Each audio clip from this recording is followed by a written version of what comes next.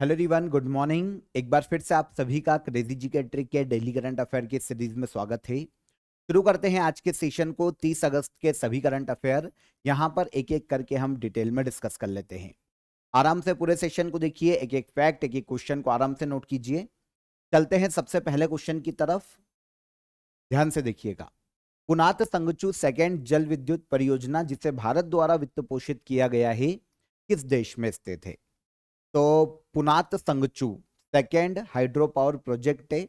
भारत ने इसके लिए फंडिंग की थी इसे बनाने के लिए। ये हाइड्रो पावर प्रोजेक्ट हमको देखने को मिलता है भूटान में। भारत का पड़ोसी देश है भूटान। तो रिसेंटली ये जो पावर हाइड्रो पावर प्रोजेक्ट है ना, पूरी तरीके से पूरा हो चुका है इसका काम, और अब इसे बहुत जल्द शुरू किया जाने वाला है। Punatsangchhu second hydro power project Bhutan में है। भूटान की अगर ये शुरू हो जाता है, जो कि बहुत जल्दी शुरू हो जाएगा, तो भूटान की जो इलेक्ट्रिसिटी कैपेसिटी है वो 40% तक बढ़ जाएगी और ये हो जाएगी 3500 मेगावाट से प्लस। ओके, तो पुनात संगचू सेकेंड हाइड्रो पावर प्रोजेक्ट का बहुत महत्वपूर्ण योगदान रहेगा। बहुत बड़ा प्रोजेक्ट है भूटान का। भारत ने इसे बनाने के लिए ऑलमोस्ट 3777 करोड़ रुपए की फंडिंग की है। तो इंडिया ने इसको लगभग इसको बोल सकते हैं कि इन्वेस्ट किया है इसे बनाने के लिए। 2010 में भूटान और इंडिया के मध्य में इसे बनाने के लिए एग्रीमेंट हुआ था। वैसे ये जो हमने फंडिंग की है, 30% तो भूटान को ग्रांट के रूप में दिया जाएगा, एक ग्रांट दिया जाएगा, मतलब सब्सिडी आप इसको समझ लीजिए। बाकी 70% पर ये लोन के रूप में दिया गया है, तो इसे वापस लिया जाएगा इंटरेस्ट के साथ।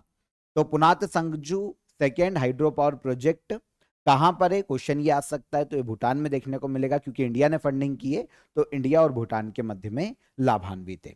लोकेशन तो इंपॉर्टेंटली आपसे देश ही पूछा जाएगा, भूटान। रिवर पूछी जाएगी तो इस हाइड्रो पावर प्रोजेक्ट के नाम से ही आपको रिवर का नाम पता चल जाएगा, पुनात संगचू रिवर। ये ब्रह्मपुत्र की ट्रिब्यूटरी है जो कि भूटान में बहती है। अब यहां पर देखिए इसकी कैपेसिटी अगर हम देखें कितनी है, तो 1020 मेगावाट की ये हाइड्रो पावर प्रोजेक्ट है। टोटल कॉस्ट इंडिया ने बियर की है 3777 करोड़ रुपए। ठीक है। वैसे भारत और भूटान मिलकर 5 प्रोजेक्ट में साथ काम कर रहे हैं, और पांचों हाइड्रो पावर प्रोजेक्ट हमको देखने को मिलते हैं भूटान में। देखिए इसमें पुनात संगचू सेकेंड हो गया, 1020 मेगावाट।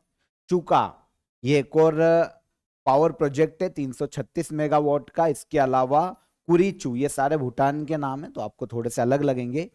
60 मेगावाट का प्लांट है। ताला की बात करें तो ये 120 मेगावाट का प्लांट है, सॉरी 1020 मेगावाट का प्लांट है। और मंगादेचू की बात करें तो ये हमें देखने को मिलता है 720 मेगावाट। इसमें रिसेंटली जो सुर्खियों में है, क्योंकि पूरा काम हो चुका है जिसका, Punatsangchhu second hydro power project 1020 megawatt Bhutan में पुनात सांगचू रिवर पर स्थित है, और इंडिया और भूटान के मध्य में लाभान्वित परियोजना। किस भारतीय को इंटरनेशनल मॉनिटरिंग फंड का एग्जीक्यूटिव डायरेक्टर बनाया गया है? इंटरनेशनल मॉनिटरिंग फंड के एग्जीक्यूटिव डायरेक्टर जो कि इंडिया से आते हैं, ये बने हैं उर्जित पटेल। उर्जित पटेल का नाम आपने सुना होगा। ये आरबीआई के गवर्नर के पद पर काम कर चुके हैं। ठीक है। भारतीय इकोनॉमिस्ट है। 2016 से 2018 तक आरबीआई के 24वें गवर्नर के रूप में उर्जित पटेल ने काम किया है।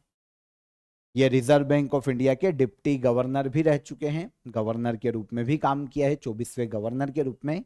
अब ये इंटरनेशनल मॉनिटरिंग फंड के हाल ही में एग्जीक्यूटिव डायरेक्टर अपॉइंट किए गए।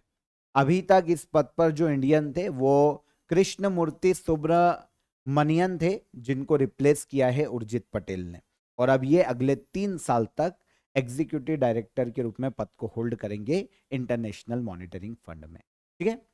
तो आईएमएफ के एग्जीक्यूटिव डायरेक्टर की बात करें तो वैसे 24 एग्जीक्यूटिव डायरेक्टर होते हैं आईएमएफ में। आईएमएफ के जितनी भी मेंबर कंट्री है, नॉर्मली जो यूनाइटेड नेशन के मेंबर है, वो लगभग सारे आईएमएफ के भी मेंबर है।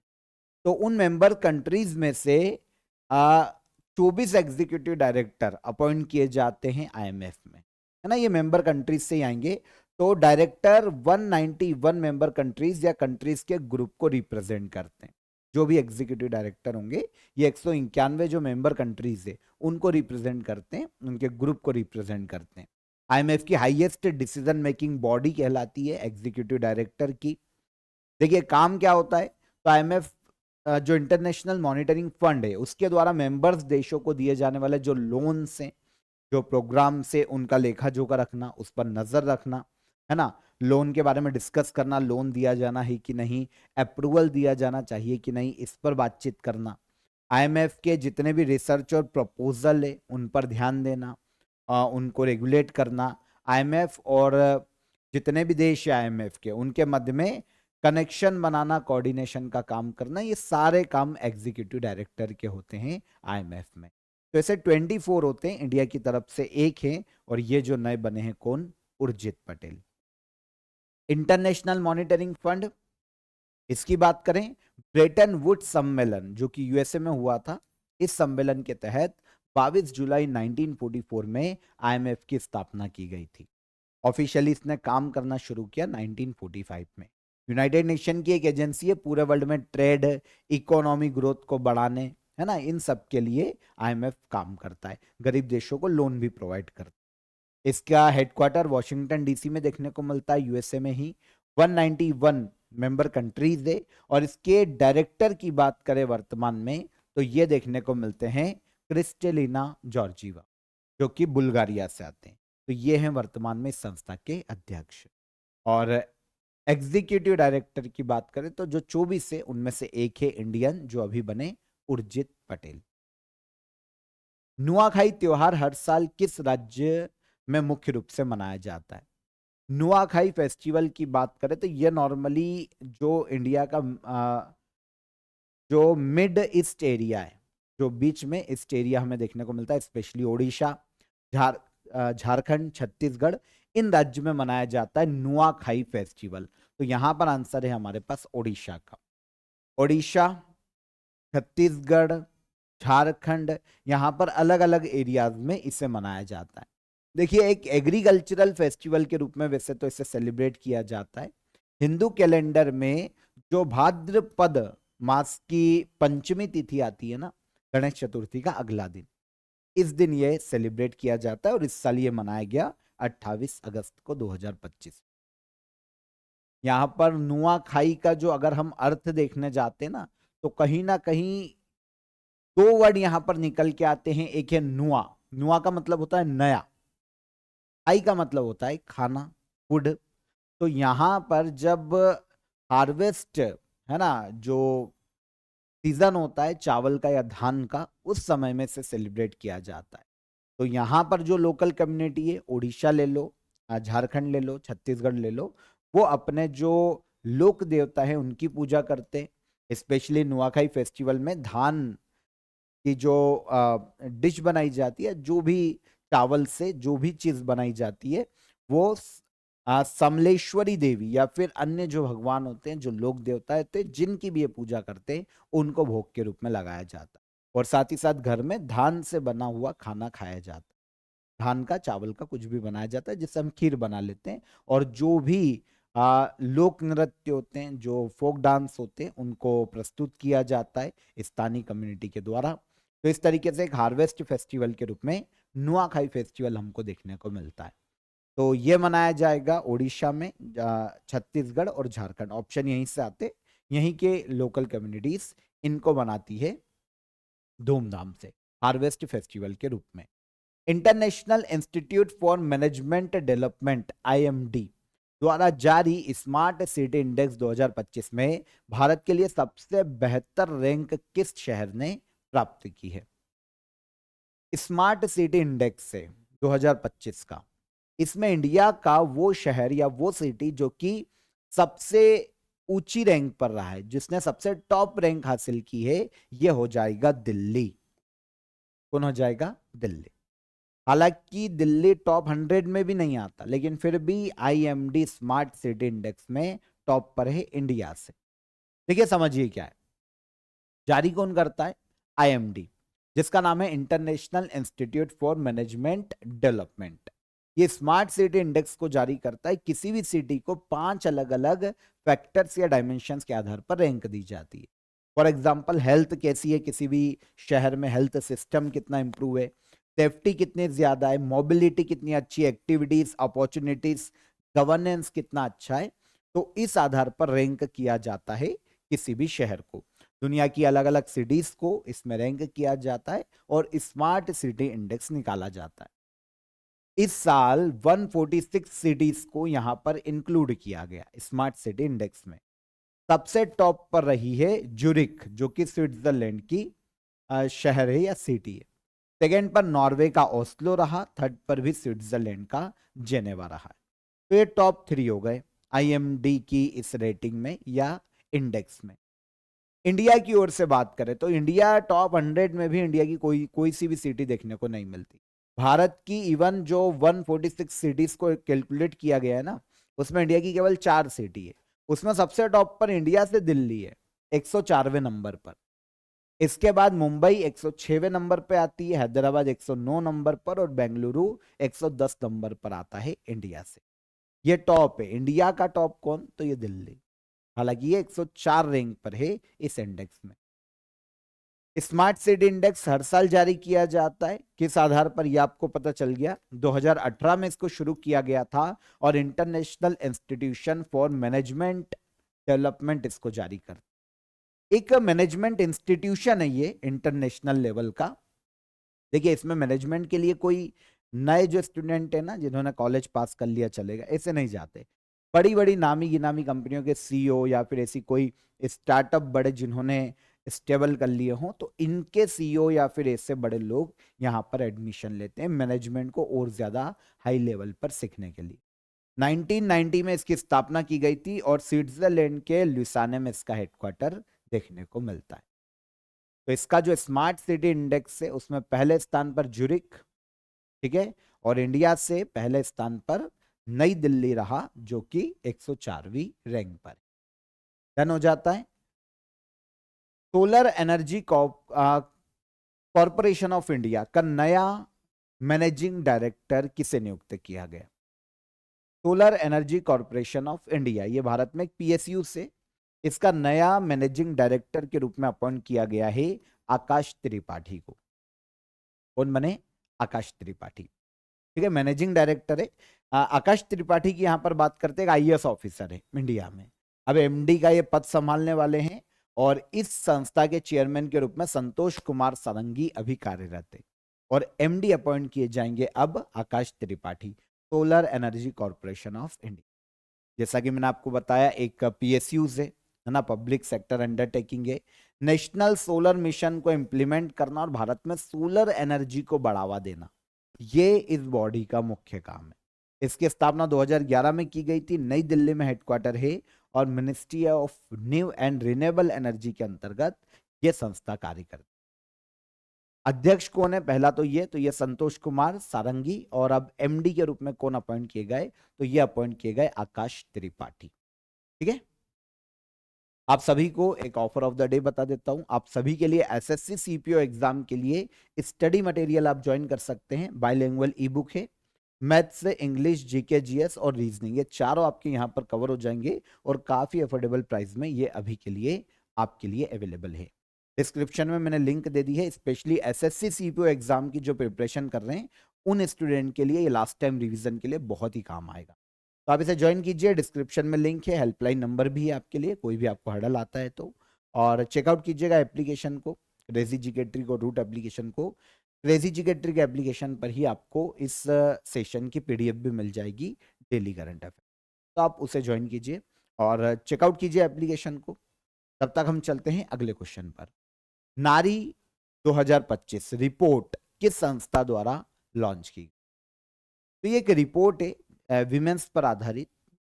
इसे लॉन्च करने का श्रेय दिया जाता है नेशनल कमीशन फॉर विमेन को। NCW, national commission for women, ने इस रिपोर्ट को हाल ही में जारी किया। बहुत सारी चीजों को यहाँ पर मेंशन किया गया है, स्पेशली भारत के अलग अलग सिटीज में विमेंस का सर्वे यहाँ पर किया गया और अलग अलग सिटीज में विमेंस के जो सर्वे है उनके आधार को बनाकर विमेंस के लिए सबसे सेफेस्ट सिटी इंडिया में कौन सी है, इसकी रैंक भी यहां पर जारी की गई। ओके, 31 सिटीज की 12,770 विमेंस का सर्वे किया गया इस पूरे रिपोर्ट में, नारी 2025 रिपोर्ट। देखिए इंडिविजुअल डेटा तो हमसे शायद नहीं पूछा जाए, लेकिन हमको संस्था कौन जारी करती है ये क्वेश्चन आ सकता है। तो नारी 2025 रिपोर्ट को जारी किया है नेशनल कमीशन फॉर वीमेन ने। अब इसमें किससे संबंधित डेटा या किसकी बात की गई है? तो पहले तो सबसे सेफेस्ट रैंकिंग जो दी गई है, सबसे सेफ सिटी में मुंबई, ठीक है, कोहिमा, विशाखापट्टनम, भुवनेश्वर, आइजोल, गंगटोक और ईटानगर को रखा गया। वहीं पर ऐसी जो कि सबसे कम सेफ है महिलाओं के लिए, उसमें कोलकाता को सबसे ऊपर रखा गया है। इसके बाद दिल्ली, रांची, श्रीनगर, फरीदाबाद, पटना, जयपुर, ये ऐसे शहर है जो कि महिलाओं के लिए कम सेफ है, इस रिपोर्ट में बताया गया। इसके अलावा कुछ डेटा को मेंशन किया गया है, जैसे कि इंडिया में 60% महिलाओं ने अपनी सिटीज को बहुत ही सेफ बताया है और 40% ने बोला है कि हमारी सिटीज अनसेफ है। केवल 33% महिलाएं ऐसी हैं इंडिया में, 3 में से 1 महिला जो कि हैरेसमेंट के, जब भी महिलाओं का हैरेसमेंट होता है तो वो ऑफिशियली रिपोर्ट दर्ज कराती है पुलिस में। 3 में से केवल 1 महिला 2 तो दर्ज ही नहीं कराती, लोक लाज के डर से या फिर घर वालों के डर से, समाज के डर से। तो बहुत बड़ा एक चिंता का विषय। 91% विमेन्स वर्कर्स जो हैं वो अपने वर्क प्लेस को सेफ मानते हैं कि भाई हमारा वर्क प्लेस बहुत सेफ। तो इस तरीके से नारी 2025 रिपोर्ट को जारी करने का श्रेय दिया जाता है किसको? नेशनल कमीशन फॉर वीमेन को। भारत में महिलाओं के अधिकारों के लिए काम करने वाली एक स्टेचुरी बॉडी, ओके, एक वैधानिक निकाय है। इसके लिए national commission for women act लाया गया था 1990 में, और इसके आधार पर नेशनल कमीशन फॉर वीमेन का गठन किया गया। महिलाओं के अधिकारों की रक्षा करना, महिलाओं के अधिकारों के लिए जांच करना, ये सारे अधिकार इस स्टेचुरी बॉडी के पास है। भारत में विमेन से रिलेटेड पॉलिसीज के लिए सरकार को ये एडवाइस भी देती है, विमेन सिक्योरिटी के लिए भी काम करती है। स्थापना इसकी 31 जनवरी 1992 में हुई थी, ध्यान रखना। तब चेयरपर्सन की बात करें तो विजया किशोर रहाटकर या विजया रहाटकर वर्तमान में इस संस्था की अध्यक्ष के पद पर है। पहली अध्यक्ष जयंती पटनायक थी, और यह संस्था ministry of women and child development के अंतर्गत कार्य करती है। साइंटिफिक पैनल ऑन एआई और global dialogue on AI governance initiative किस इंटरनेशनल ऑर्गेनाइजेशन के द्वारा शुरू की गई है? यहां पर 2 इनिशिएटिव है। एक है साइंटिफिक पैनल ऑन एआई, मतलब आर्टिफिशियल इंटेलिजेंस पर कोई साइंटिफिक पैनल की यहां पर बात की गई है, और दूसरा है global dialogue on AI governance, मतलब एआई गवर्नेंस पर कोई कॉन्फ्रेंस की यहां पर बात की गई। इन दोनों ही इनिशिएटिव को शुरू करने का श्रेय दिया जाता है यूनाइटेड नेशन को। आंसर हो जाएगा यूनाइटेड नेशन जनरल असेंबली। अब दोनों हैं क्या, पहले हमको यह समझना पड़ेगा। देखिए एआई का सही तरीके से यूज किया जाए, दोनों का उद्देश्य मैं आपको क्लियर कर देता हूं 2 ही लाइन में। एआई का सही तरीके से यूज किया जाए, एआई के विकास में क्या क्या हर्डल है, इसका जो आने वाले समय में सोसाइटी पे क्या नेगेटिव इम्पैक्ट हो सकता है, क्या पॉजिटिव इम्पैक्ट हो सकता है, कितना ये ह्यूमन फ्रेंडली है, कितना ज्यादा ह्यूमन को हार्मफुल हो सकता है। तो इन सभी मुद्दों पर इन 2 इनिशिएटिव को शुरू किया है यूनाइटेड नेशन।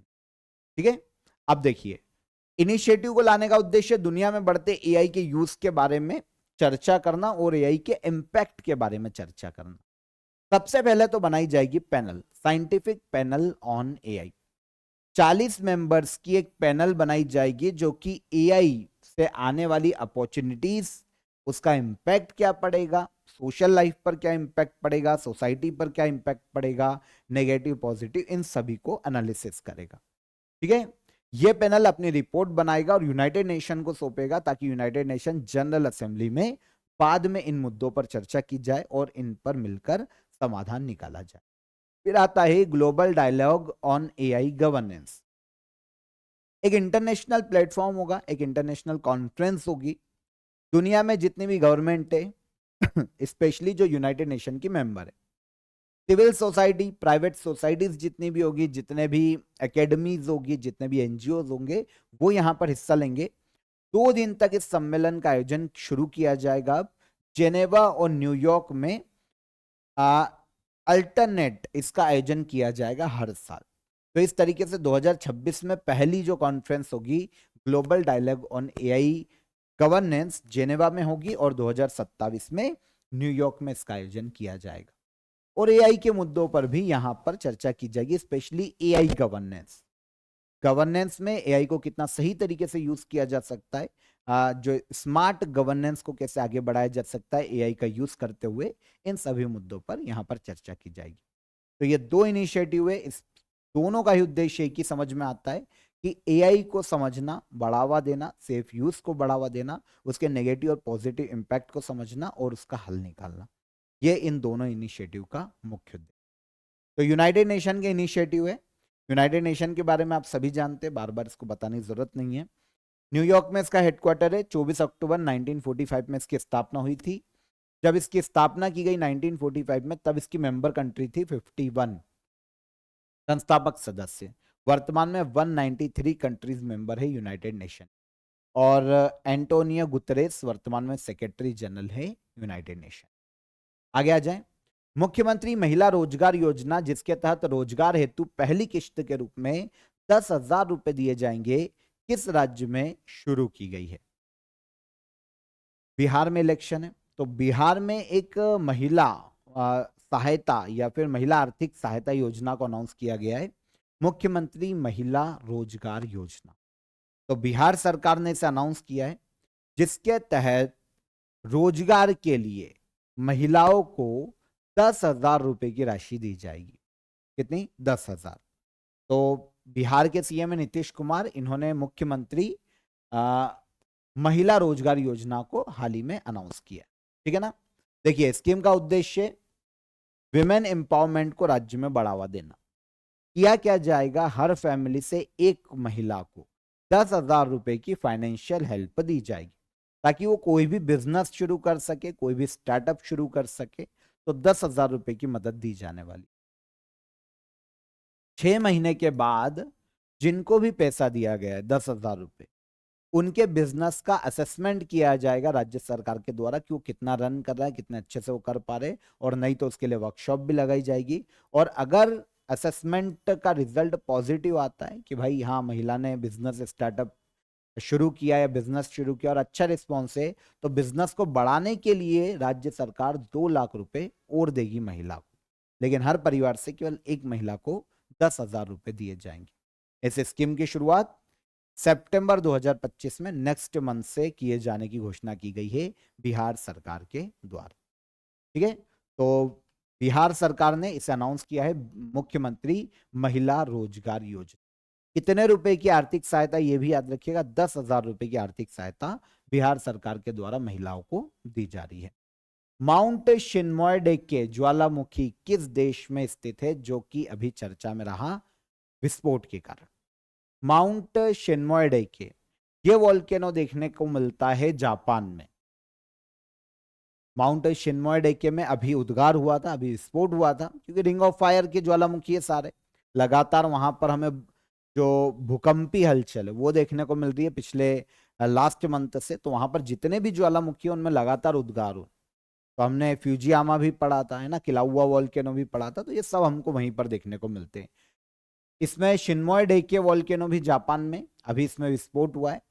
जापान में एक वोल्केनो माउंट है किरीशिमा, ये पूरा एक वोल्केनो माउंट है और इसमें काफी सारे वोल्केनो।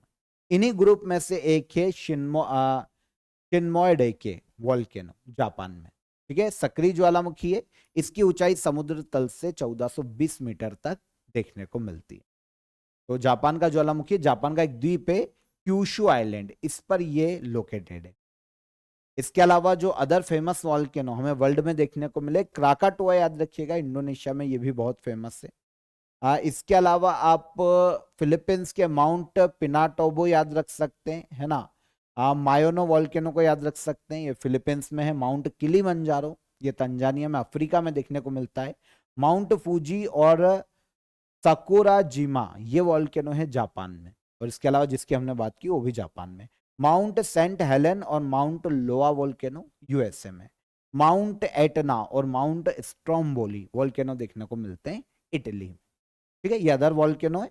ये ज्योग्राफी के पॉइंट ऑफ व्यू से ही काफी सुर्खियों में रहते हैं, तो इनके बारे में हमें अक्सर एग्जाम में एसएससी में क्वेश्चन देखने को मिले, तो इनको एक बार मैंने आपको यहाँ पर बता दी। आगे आते हैं, आसियान भारत युवा शिखर सम्मेलन के 5th एडिशन का आयोजन कहाँ किया जा रहा है? आसियान देशों के जो मेंबर कंट्रीज है ना, उनका और भारत के मध्य में एक युवा शिखर सम्मेलन है, आसियान भारत या ASEAN India youth summit. 5th edition है इस साल और इसका आयोजन किया जा रहा है गोवा में। कहां पर? गोवा में, है ना।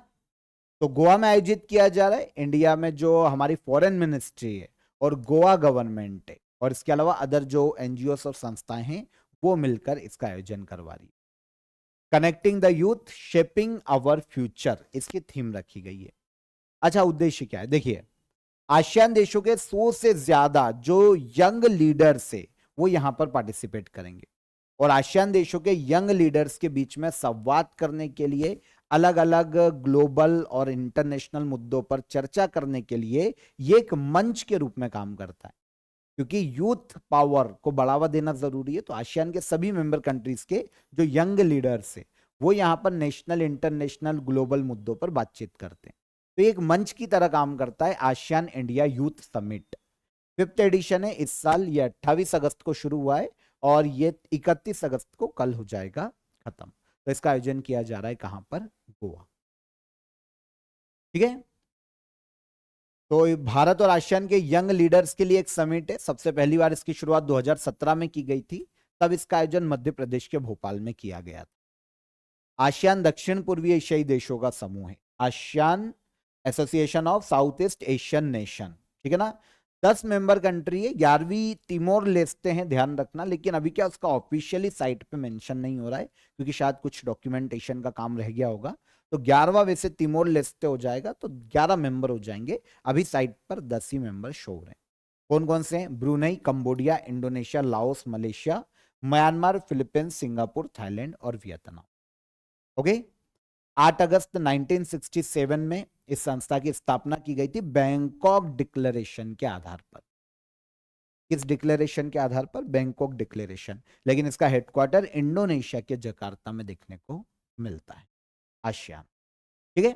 तो आसियान इंडिया यूथ समिट का आयोजन कहां किया जा रहा है? 2025 में गोवा राज्य में। डन हो जाता है। तो यहां पर हमारे, हाँ, इसके चेयरमैनशिप वर्तमान में मलेशिया के पास है और इसके सेक्रेटरी जनरल देखने को मिलते हैं काओ किम हॉन, आसियान के। इसी साल आसियान इंडिया क्रूज डायलॉग का भी आयोजन किया गया था पहली बार, और इसका आयोजन इंडिया में हुआ है। 1 जुलाई को तमिलनाडु के चेन्नई पोर्ट पर इसका आयोजन किया गया। ASEAN India cruise dialogue, cruise पर्यटन को बढ़ावा देना आसियान देशों के मध्य में इसका उद्देश्य। तो ये 30 अगस्त के हमारे सभी करंट अफेयर हो जाते हैं, डिटेल में हमने डिस्कस किए। अब हम चलते हैं लास्ट डे के करंट अफेयर के रिवीजन पर। देखें, भारत ने पेरिस समझौते के तहत नेशनल डेजिग्नेटेड अथॉरिटी बनाई है। इसका मुख्य उद्देश्य क्या है? तो इसका मुख्य उद्देश्य देखने को मिलता है कार्बन उत्सर्जन व्यापार का प्रबंधन करना। लिथुआनिया का नया पीएम कौन? तो इंगा रुगिनियन, लिथुआनिया देश की नई पीएम है। ग्रैंड चेस टूर फिनाले के लिए किस भारतीय ने क्वालिफाई किया है? आर प्रज्ञानंद।